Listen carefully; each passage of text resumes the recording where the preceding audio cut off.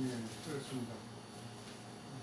교회 생활이 우리를 주셔서 형제 자매들과 함께 하나님의 나라를 건축하게 하시고 이곳에서 주의 복음과 함께 빛이 증거되도록 우리를 빛 가운데 두셨지만 온전한 빛이 증거될 수 있도록 우리 영혼을 청결하게 해주셔서 늘 주님 앞에 어두움이 없게 하시고 빛 가운데 늘 나타나게 빛을 증거하는 빛의 아들들로 살 수 있도록 주님께서 진리의 말씀을 우리 속에 더 밝게 보여주실 뿐만 아니라 하나님의 말씀이 우리 심령들 어두운 곳에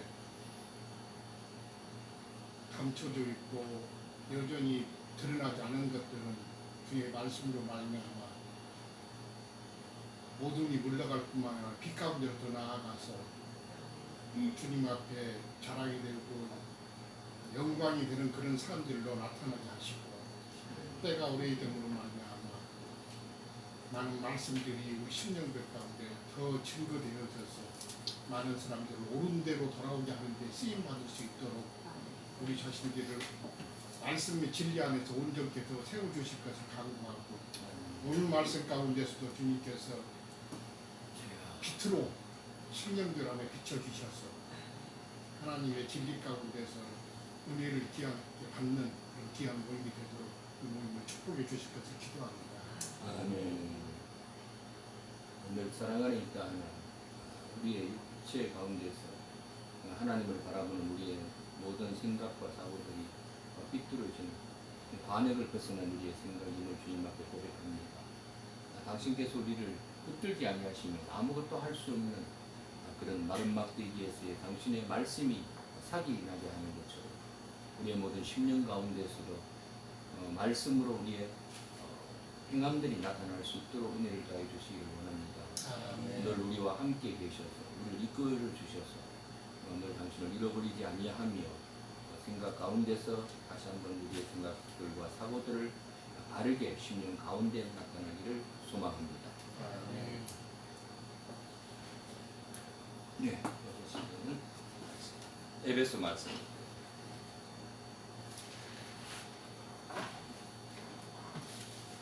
오늘은 5장입니까? 네, 5장 1절로부터 14절까지 오늘 한 단락으로 보고 이렇게 하겠습니다. 굉장히 그러므로 사랑을 받는 자녀같이 너희는 하나님을 본받는 자가 되고 그리스도께서 너희를 사랑하신 것 같이 너희도 사랑 가운데서 행하라. 그는 우리가 우리를 위하여 자신을 버리사 향기 없는 제물과 희생 제물로 하나님께 드리셨느니라. 음행과 온갖 더러운 것과 탐욕은 너희 중에서 그 이름조차도 부르지 말라. 이는 성도에게 마땅한 바니라. 유치원과 어리석은 말이나 형의 말이 마땅치 아니하니 오히려 감사하는 말을 하라. 너희도 정녕 이것을 알거니와 음행하는 자나 더러운 자나 탐하는 자 곧 우상 숭배자는 다 그리스도와 하나님의 나라에서 기업을 얻지 못하리니 누구든지 헛된 말로 너희를 속이지 못하게 하라. 이로 말미암아 하나님의 진노가 불순종의 아들들에게 임하나니 그러므로 그들과 함께 하는 자가 되지 말라. 너희가 전에는 어둠이더니 이제는 주 안에 빛이라. 빛이 자녀들처럼 행하라. 빛의 열매는 모든 착함과 의로움과 진실함이 있습니다. 주를 기쁘시게 할 것이 무엇인가 시험하여 보라. 너희는 열매 없는 어둠의 일에 참여하지 말고 도리어 책망하라. 그들이 은밀히 행하는 것들은 말하기도 부끄러운 것들이라. 그러나 책망을 받는 모든 것은 빛으로 말미암아 드러나나니 드러나는 것마다 빛이니라. 그러므로 이르시를 잠자는 자여 깨어서 죽은 자들 가운데서 일어나라. 그리스도께서 너희에게 주시리라 하셨느니라. 아멘. 아멘. 네, 말씀에 따라서 기름진 질문하시면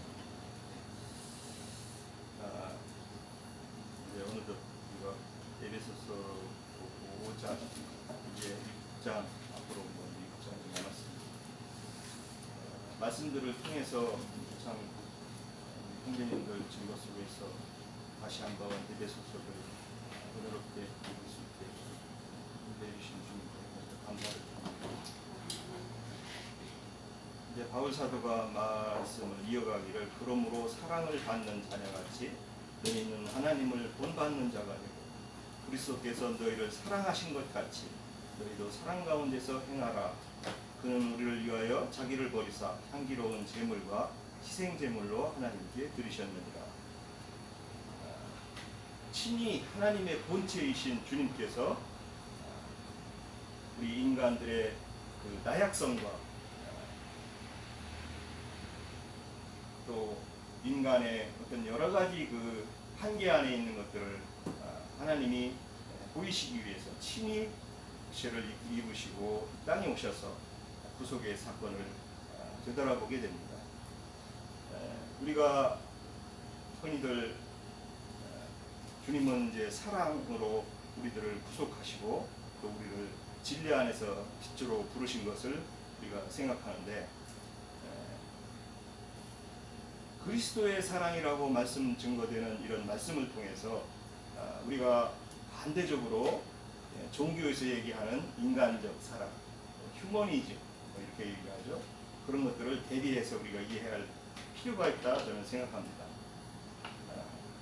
이것은 주로 그리스도의 사랑을 종교가들은 인간적 사랑과 이것을 구분을 애매하게 하고 혹은 인간적인 사랑으로 이렇게 본의가 아닌 의도지만은 어떤 그런 그 진리 안에서 정확한 이해를 못 하다 보니까 인간적 사랑과 그리스도의 사랑을 구분이 불명확하다고 저는 이렇게 보는 현상들을 많이 봐왔습니다. 우리가 그래서 이런 그 주님이 주시는 그리스도의 사랑 안에서의 이해와 종교인들이 우리가 성경을 보고 오해한 그 인간적 사랑 이런 것들을 명확히 구분해 볼 우리가 말씀들을 한번 돌이켜서 한번 생각해보자 합니다. 마태복음 23장 26절 28절이죠.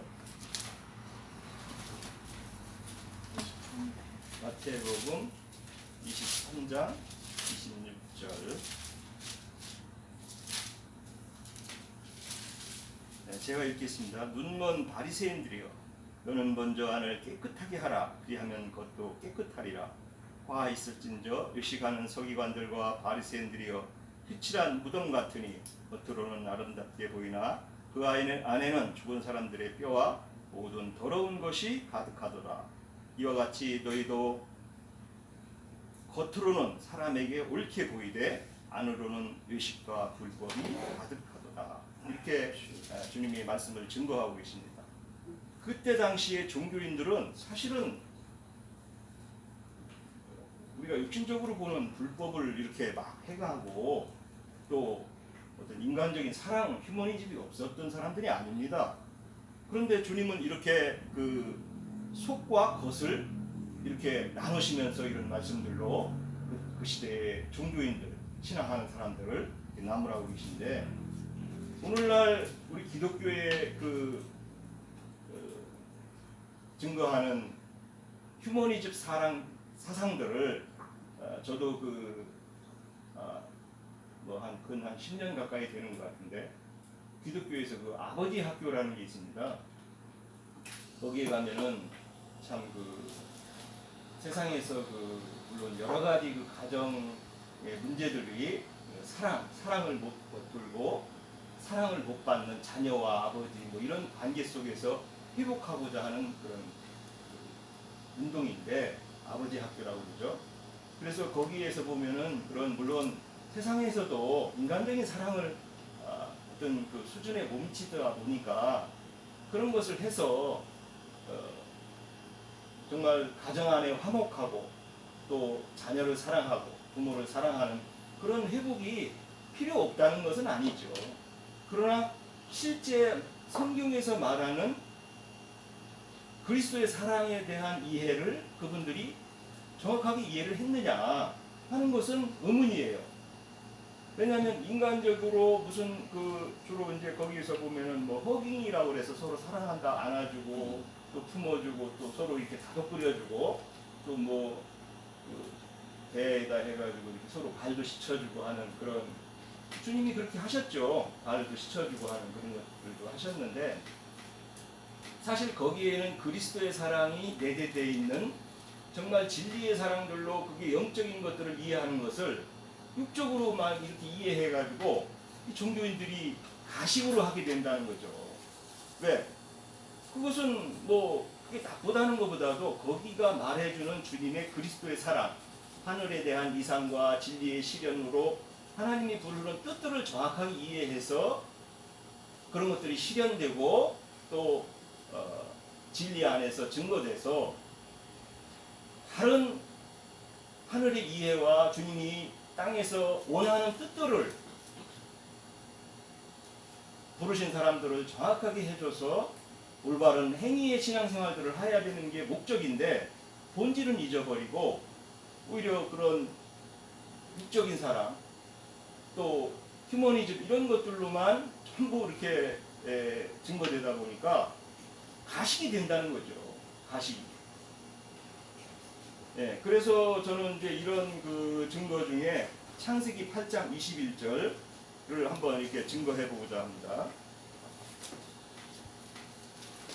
창세기 8장 21절에 보면 노아가 이제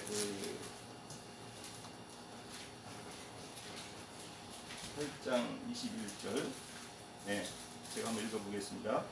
여호와께서 그 향기를 받으시고 그 중심에 이르시되 내가 다시는 사람으로 말미암아 땅을 저주하지 아니하리니 이런 사람의 마음이 계획하는 바가 어려서부터 악함이라 내가 절에 행한 것 같이 모든 생물을 다시 멸하지 아니하리니 땅에 있을 여기서 이제 이렇게 증거를 하시는데, 원래는 이제 아담의 타락으로부터 이어진 그 땅의 그 완악성을 인간들의 혈과 육에 흐르는 것을 이렇게 얘기하고 있거든요. 그러면 우리가 인간적인 사랑을 하는 것은 한 면에서는 그게 나쁘다 좋다 이런 것보다 그것까지도 사실은 악이 배제된 악이 스며 있는 행위라는 것이에요. 육과 혈에서 나오는 것들은. 그래서 인간에는 원래 어려서부터 악한 것이 다 배정이 돼 있다는 거죠. 사람이 인간적으로 선하려고 하는 것은 오히려 하나님 앞에서는 그게 악하다는 거예요. 참 이게 설명하기 참 쉽지는 않은 건데, 그래서 그 로마서 7장 18절에 보면은 이제 바울 사도가 고백하는 그런 것이 있는데, 로마서 7장 18절.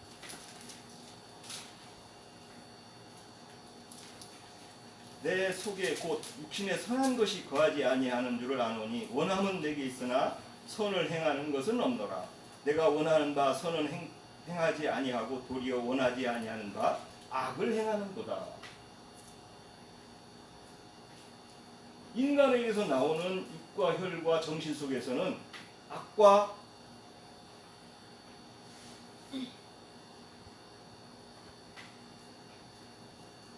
악함이 떠나지 않는다는 거죠. 이게 인간이 선하고자 하는 자체가 마음은 있지만은 그 자체로 선이 될 수가 없다는 거예요. 오직 그리스도만이 사랑으로 선이시기 때문에 인간에게는 혈과 육의 악을 원초적으로 배정을 해놓으신 거죠.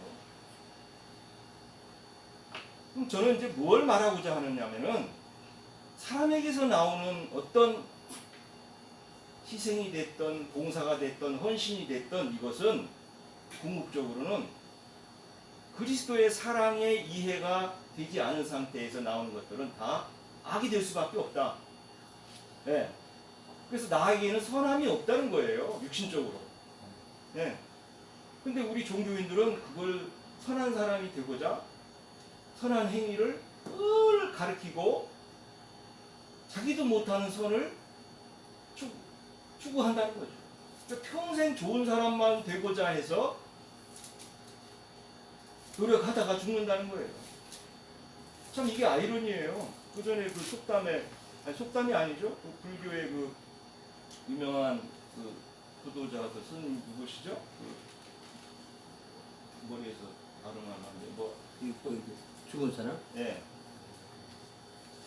그분이 뭐 죽을 때 자기 죄가 뭐 승리산 받았고 뭐 이런 분인데 그 깨달은 게 그분이 깨달은 건 결국은 죄가 많다는 것만 깨달았다는 거예요. 그런데 우리 그리스도인들은 예수님을 영접하면서 그건 초기에 깨달아야 되는 거죠. 예. 그 수미산보다 수억값보다 많다는 그 죄를 우리는 주님을 통해서 인지가 된 상태가 되는 거죠. 이 죄는 예수 그리스도의 은혜의 사랑이 아니고는 속량이 될 수 없는 거잖아요. 그렇기 때문에 우리는 육신의 선함이나 인간적인 선함을 추구할 필요가 없다라는 것이 아니라 추구해서는 안 된다는 것이죠. 그리스도의 증거를 통해서 우리는 육과 혈의 이 악성을 자기의 스스로 발견하고 내가 선하고자 하는 자체가 악이라는 거예요. 참 이게 설명이 참 저도 좀 힘든 면은 있는데 그래서 그 주님이 이제 여기 우리 아까 에베소서의 그 향기로운 제물과 희생 제물로 하나님께 드리셨느니라 이랬는데 그래서 기독교에서 보면은 아까 제가 얘기했듯이 허깅이나 인간적인 사랑을 이걸 이렇게 하고 서로 용서하고 하는 것을 우리가 그 레위기 같은 데서 보면은 화목제, 속건제로 이렇게 그걸 이해하는데 사실은 이 속죄제에 해당하는 어린 양의 그 구속 이 부분을 명확하게 이해를 못하다 보니까 인간적인 하나님이 사랑으로 예수님이 우리를 사랑한 그런 개념만이 나온다는 거예요. 그래서 속죄제를 시켜주는 이해의 말씀들이 없다 보니까 인간적인 도덕적인 윤리로 종교화돼 가지고 오늘날 세상 교회가 됐어요. 그래서 주님이 번제와 소제를 통해서 속죄제가 이루어진 이 구약의 레위기의 그 어린 양의 구속의 이 실현을 성도들에게 정확하게 이해를 시켜주지를 못하다 보니까 늘 교회 말씀들이 좋은 사람, 착한 사람, 세상에 봉사하는 사람, 세상에 빛되는 사람 뭐 이런 개념으로 그냥 증거를 하다 보니까 가식이 된다는 거죠. 성도들이 그냥 있는 그대로를 살면서 자기가 죄인이라고 늘 고백하는 그 개념이 나오질 않는다는 거죠. 죄인 중에 내가 필수라라든가 응? 나는 주님의 은혜로만이 내가 의로워질 수 있다는 이 개념이 이게 설정이 안 된다는 거예요.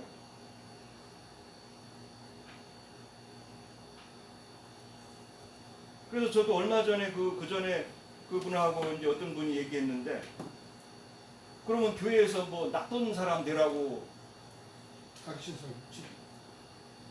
가르쳐줘야 되냐 이렇게 얘기를 해요. 반론으로. 이제 그게 좋은 사람 되라는 가르침은 한면에 가식이라고 이렇게 증거를 했더니 그럼 나쁜 사람 되라고 해야 되는 가르침이 되느냐 이제 이렇게 저를 반문을 하더라고요. 그럼 저는 그랬어요. 그러면 좋은 사람 되라고 해서 좋은 사람 된 사람이 있느냐? 예, 좀 데려와 봐라. 좋은 사람 되라고 그렇게 기독교 역사 속에서 교회에서 이렇게 좋은 사람 되라고 가르치는데 뭐 그러니까 그러더라고요. 뭐 그러면 뭐 그 성인 된 사람들 기독교 성인들이 많잖아요. 그 유명한 수녀님이 누구죠? 그래서 네, 테레사 수녀님. 또 우리 한국의 뭐 유명한 그 주기철 장님이신가? 그 평양에서 예. 그 자기 아들을 죽인 사람을 예, 뭐 입양했고 아들을 수양 삼았다는 거죠. 손양원인가요? 그분이 손양원인가? 주기철이 아니고. 네. 제가 이런 주기철 목사님 이분.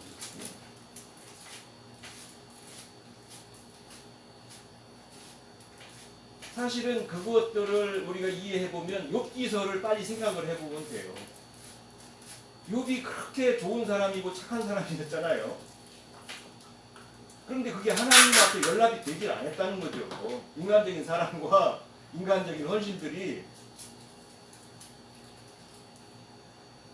진리이신 그리스도를 증거하고 그 주님 앞으로 이끄는 사역이 선한 사역이라는 개념이 진리들을 바로 증거해서 자기도 주님 앞에 서야 되고 자기가 증거하는 사람들을 주님 앞에 올바른 사람으로 세우는 사역만이 바울 사도가 말한 그 사역만이 선한 것이지 인간적으로 어디 뭐 헐벗은 사람들 죄인들 이 세상의 범죄자들을 용서해주고 그게 선한 사업이 아니라는 것 개념이 세상 종교 기독교가 타락한 이 원인을 이해를 못하는 거예요. 그 부분이 정말 이게 쉬운 부분은 아니더라고요. 이 설명하는 자체가.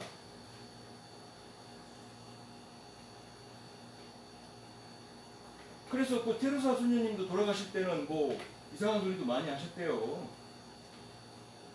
네. 그거야 뭐 참 우리가 진리 안에서는 결국은 그리스도의 심판대에 가서 백일하게 모든 것이 드러나겠지만은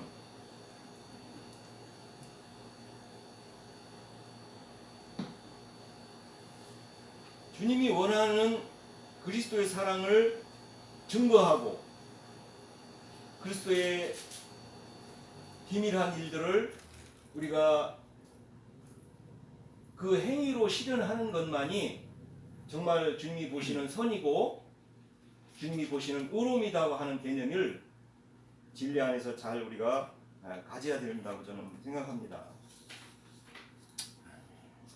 그래서 뭐 말씀을 이제 뭐 장시간 뭐 하긴 그렇고 계시록 14장 7장 14절 예.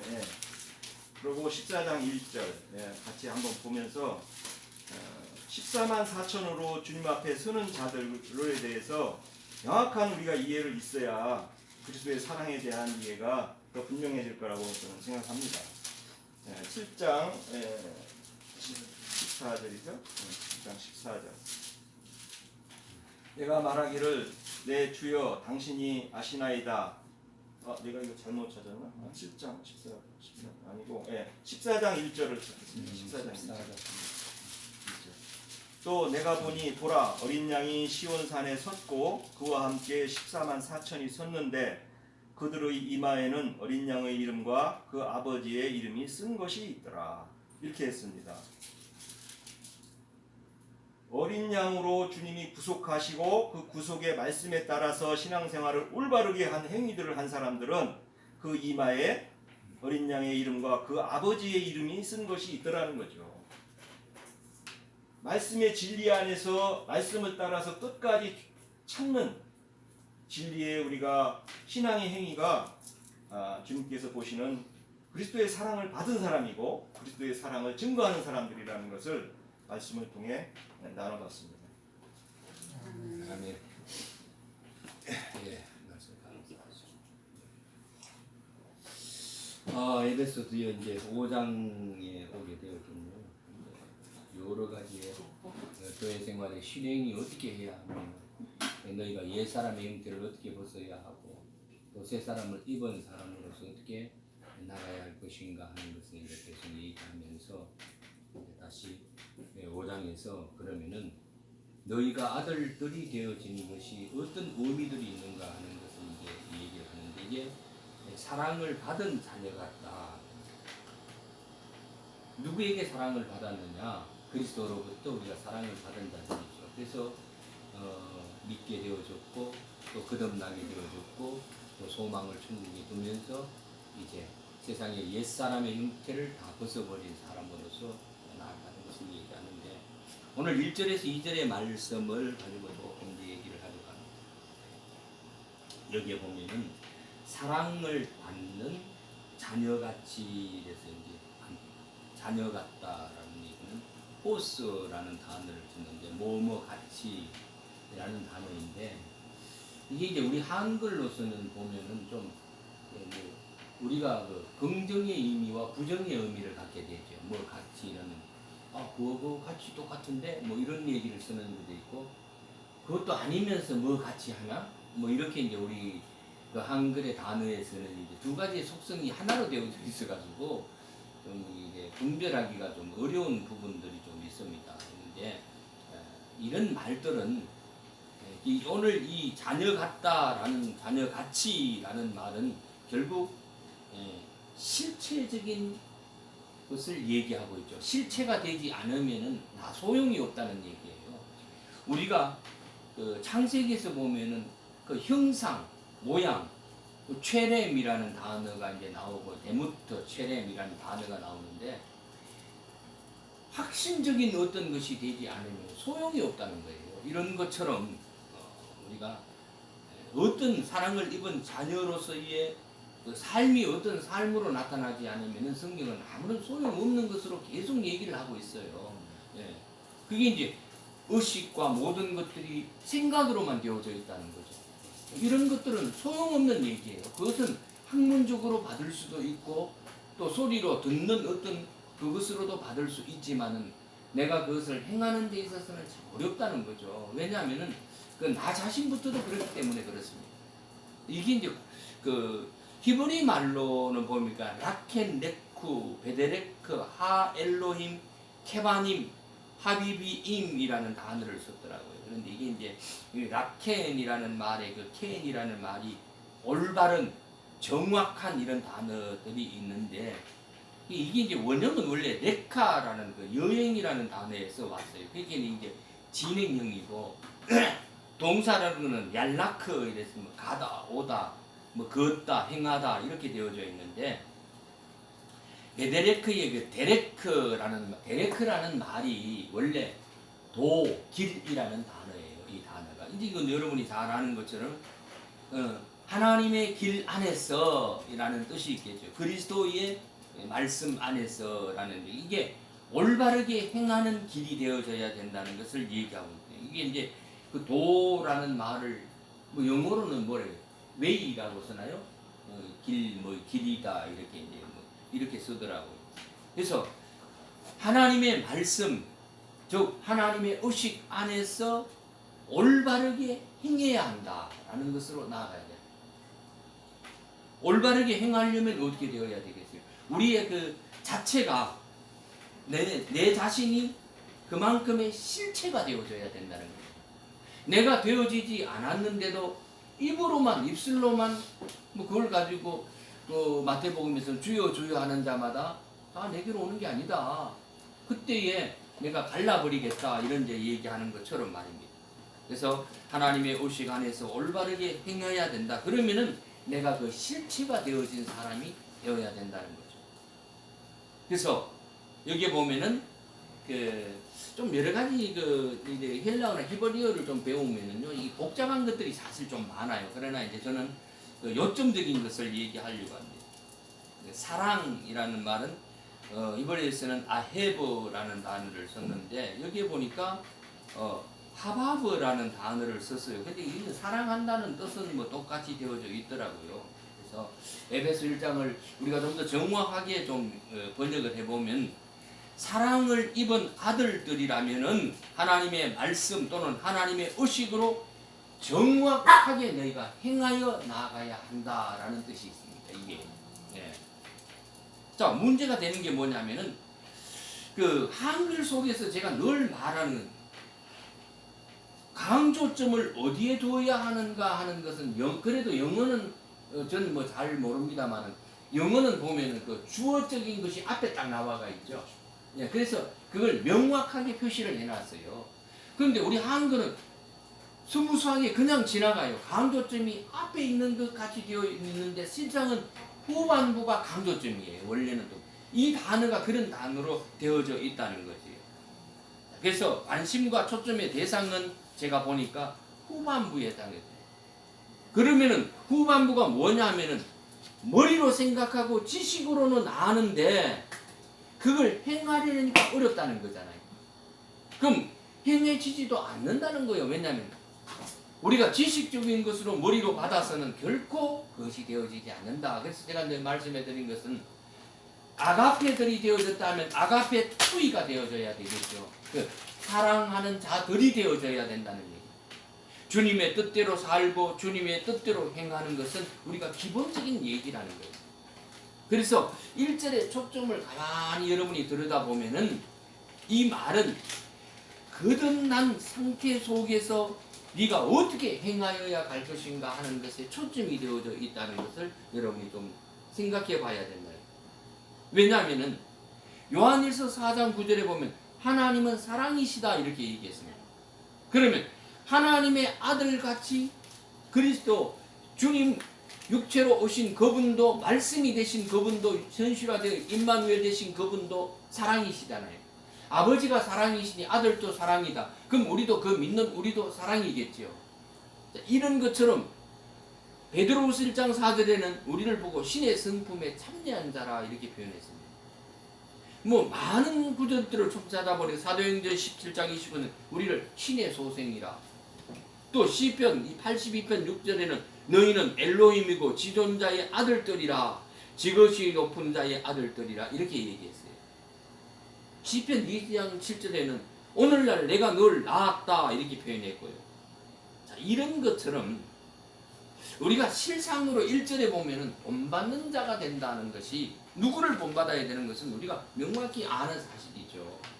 인간 어떤 유명한 자의 것은 뭐 말할 필요도 없는 거예요. 결국 본받는다는 말이 델레크라는 단어인데 사실 이 말은 그리스도를 본받는다는 게 사실 우리가 실상적으로 됩니까? 이게 안 되는 거예요. 우리 인간은. 그러나 그분만이 우리에게 임재되어져서 우리를 그렇게 이끄실 때에 내가 다만 그러합니다. 맞습니다. 당신의 모든 것들이 행하신 것들이 아멘입니다라고 했을 때 그게 본받는 것으로 되어지는 거예요. 우리는 육체를 입은 사람으로서 그게 되지 않는다는 거죠. 그건 현실적으로 되지 않는 거거든요. 실제적으로는요. 그래서 이런 것처럼 본받아라는 그 말은 사실 모방이라는 뜻인데요. 베이크보트라는 인데 원형이 아카브라는 말에서 왔는데 여러분 아카브 하면은 자 그 발꿈치를 잡는다는 뜻이 있어요. 이 발꿈치를 잡는 것 여러분 아죠? 야콥이에요. 야콥인데 이게 야곱이거든요. 그 야곱은 늘 발꿈치를 잡는 자예요. 자 한번 생각해 봅시다. 발꿈치를 잡고 있다는 뜻이겠죠. 그럼 계속 진행형이에요. 자, 이걸 이제 내가 왜 얘기를 하느냐면은 본받는다는 말을 좀 살펴보면 고린도전서 4장 15절에서 16절의 말씀에 보면은 예수 그리스도의 복음으로 내가 너희를 낳았다. 16절에 나를 본받는 자가 되라. 뭘 본받느냐는 거예요. 뭘 본받느냐? 15절에 보면 내가 낳았기 때문에 아버지이기 때문에 네가 내 아들이라면은 아버지의 본을 받는 것이 마땅하다는 뜻이 되어 있습니다. 그래서 우리는 육신적으로는 어떤 아버지의 좋은 성품을 받는 것은 당연한 얘기겠죠. 그러나 하나님 아버지를 나의 아버지로 두었다면은 내가 어떻게 받아야 할 것인가 하는 것을 우리가 기억해야 한다는 거예요. 고린도전서 11장 11절 많은 성경 구절을 제가 찾았습니다. 그래 보니까 내가 그리스도를 본받는 자 된 것 같이 너희도 나를 본받는 자 되라 이렇게. 이걸 세 번 얘기 좀 제가 늘 많이 찾아보는데 내가 그리스도인 것 같이 너희도 나를 본받는 자가 되어야 된다 이렇게 확신적으로 얘기했습니다. 육신적으로 오신 예수님은 늘 말씀 우리가 아시는 것처럼 그분은 우리의 구속을 위하여 오신 분이에요. 그분은 죽으실 분이라는 거예요. 물론 그분의 성품 속에는 하나님의 성품이 들어있죠.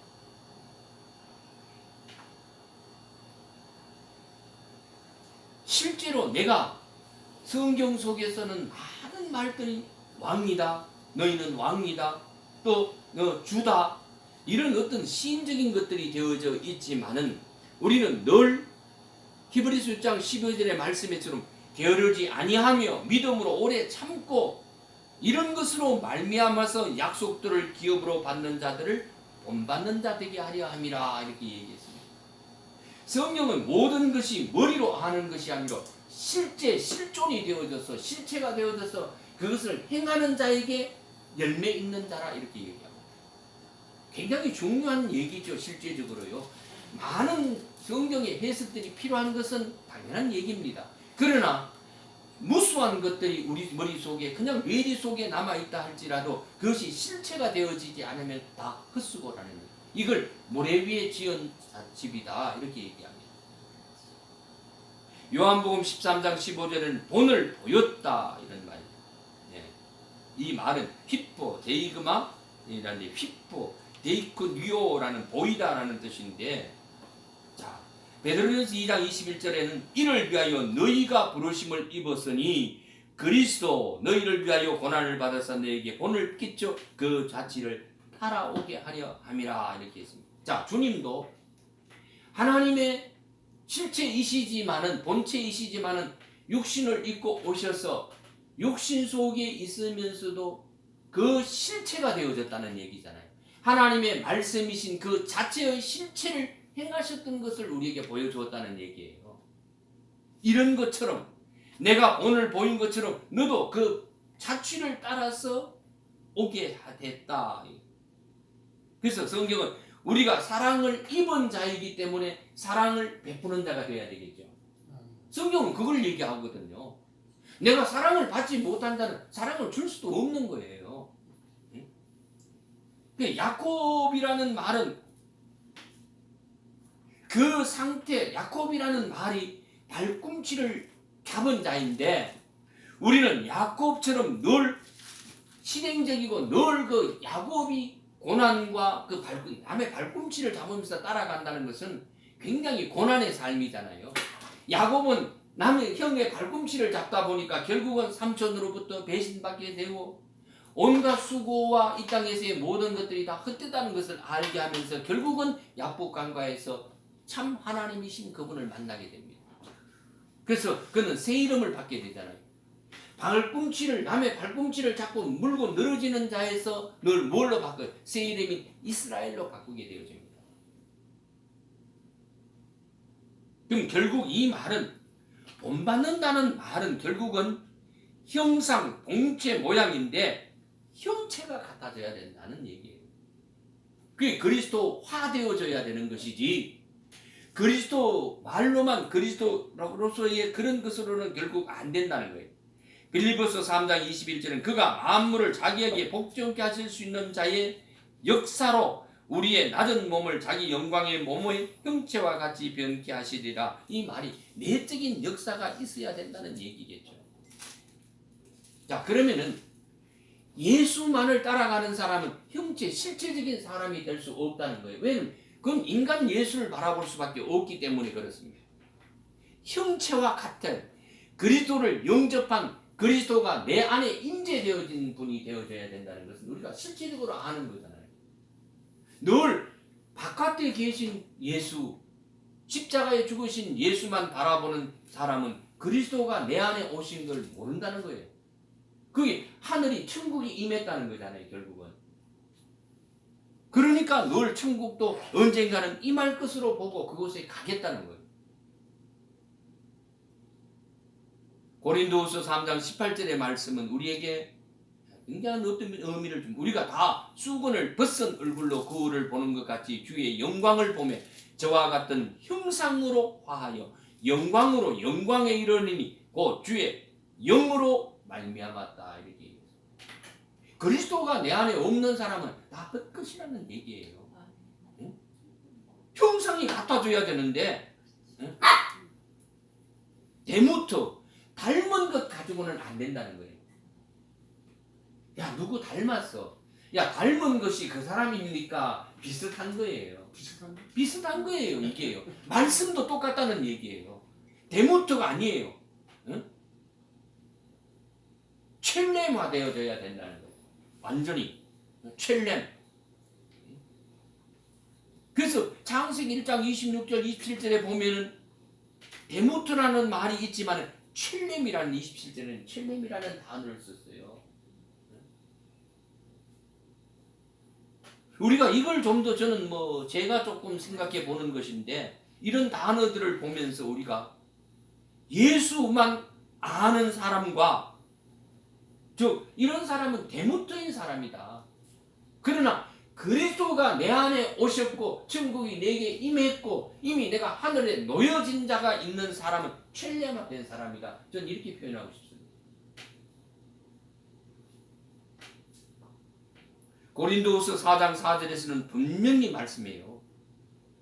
이 세상 신이 믿지 아니하는 자들의 마음을 혼미케 하여 그리스도의 영광의 복음의 광채가 비치지 못하게 함이니 그리스도는 하나님의 형상이라. 이 말은 형체가 같아졌다는 의미예요. 응?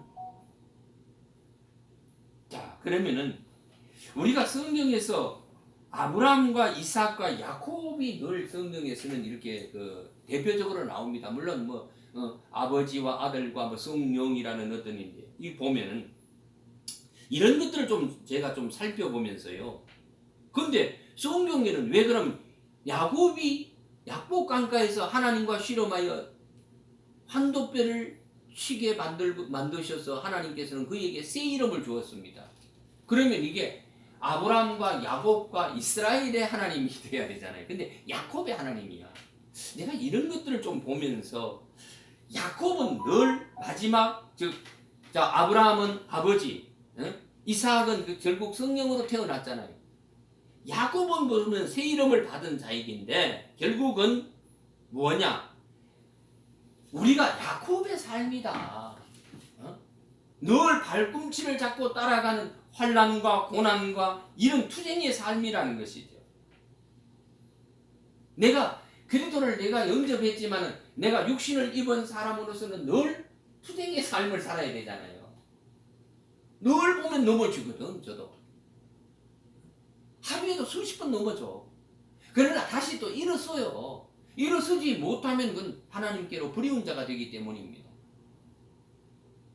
이 야곱이 발꿈치를 잡는 것처럼 우리도 거듭난 이런 자가 되었으면은 우리가 즉 본받는 자가 되었다면은 야곱과 같이 투쟁의 삶, 고난의 삶을 우리는 살아야 된다. 그래서 결국은 우리는 어떻게 되는 거예요? 새 이름을 받는 그날이 되어야 되겠죠. 물론 먼저 새 이름을 받아야 되겠지만 우리는 결국 그 말이 뭡니까? 창세기 50장에 가서 야곱은 어디에 묻히게 되죠? 헤브론에 묻히게 됩니다. 이게 종착역이에요. 우리의 종착역도 이런 삶이겠죠. 지금은 고난과 환난과 투쟁의 삶이지만 결국은 헤브론, 하바르 해서 헤브론이란 말이 연합이라는 말이에요. 연합이라는 말인데 야곱과 같이 말씀을 대하는 자세가 우리는 어떻게 되어야 되느냐? 세상 끝날까지 항상 함께 하시겠다는 그 약속의 의지에서 우리가 진리의 말씀 안에서 흐트러져서는 아니 된다는 얘기예요. 육신은 있고 있지만은 왜 그렇습니까? 우리는 아들들이 되어졌기 때문입니다. 아가페 토이들이 되어졌기 때문입니다. 사랑을 입은 자이기 때문에 사랑을 베푸는 자예요. 하나님의 아들들이 되어졌기 때문에 우리는 아버지이신 그분의 뜻을 따라야 된다. 그래서 성경은 마태복음 17장 22절 24장 13절에서는 똑같은데 뭐래? 끝까지 견디는 자는 구원이다 이렇게 표현했습니다. 우리는 현재 늘 오늘 주님과 내가 동행하고 있는 삶이 있느냐가 문제겠죠.